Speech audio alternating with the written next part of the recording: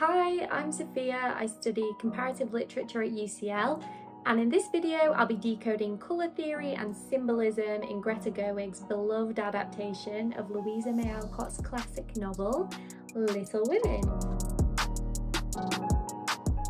Now, if we focus just on English language film and TV adaptations, there have been 15 significant adaptations of the book, and Gerwig was the first to structure her film non-chronologically, which is really important to the use of colour in the film. Colour theory is really notable in this adaptation, and I'm going to talk about its thematic and symbolic significance, as well as how it pertains to character development and the overall emotional tone of the film. So the first, and I think it's fair to say probably most obvious colour grading choice in the film, is the contrast between warm and cool tones, signifying the past and present. If we start with the past timeline, we can see that the scenes depicting the March sisters' childhood are graded with a very warm colour temperature. Gerwig uses this soft, naturalistic lighting with a focus on warm key lights and fill lights that create these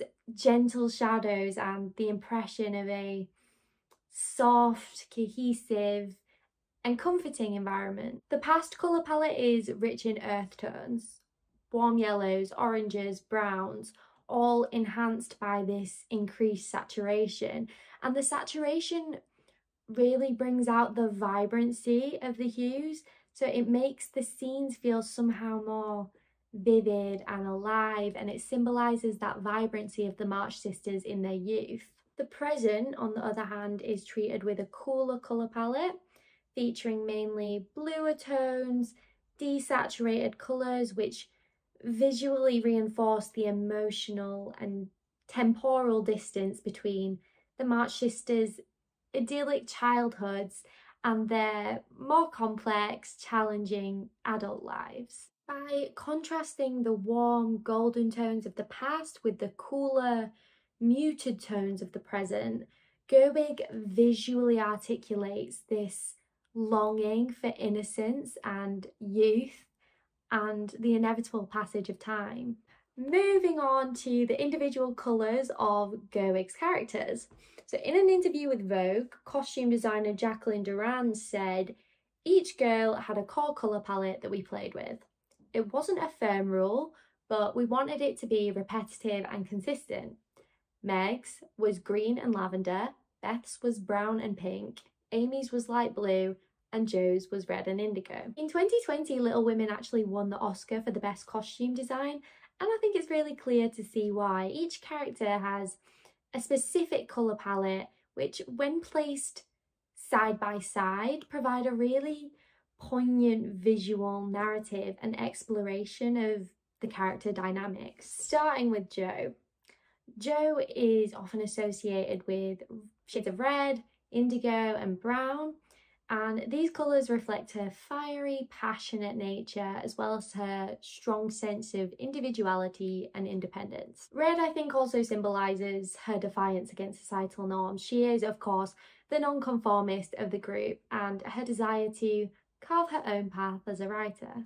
Meg is often shown in soft, dreamy colours like pinks and lavenders, which highlight her romantic aspirations for a refined, genteel lifestyle. Lavender in particular conveys this sense of calm and tranquility, which aligns with Meg's gentle and caring nature, while still associating her with elegance and femininity. The green element of her costume intentionally juxtaposes this.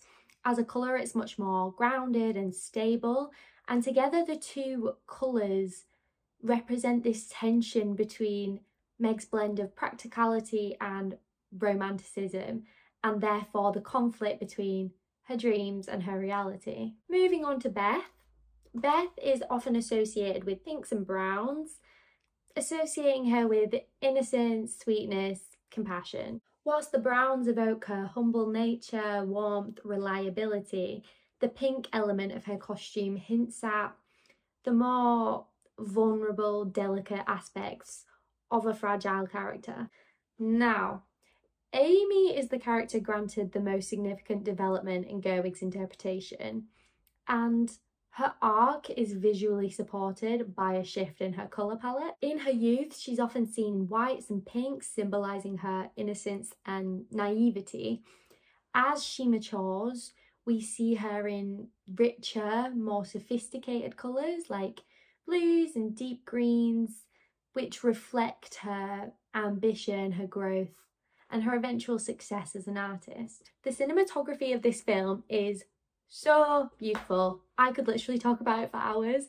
And through her use of colour, Gerwig captures the essence of so many heartwarming but also heart-wrenching moments. Two scenes in particular, one in which Joe and Laurie dance together outside of the ball, and the other being the March family Christmas, really epitomise the unbridled joy of this film. Both of these scenes are peppered with warm, cosy colours like deep reds, greens and golds. They are so full of warmth and love and this carefree hue of childhood, and they just make the harsher, more muted scenes of the film, such as during Beth's illness, so much harder to watch. If you enjoyed watching, please like, comment and subscribe.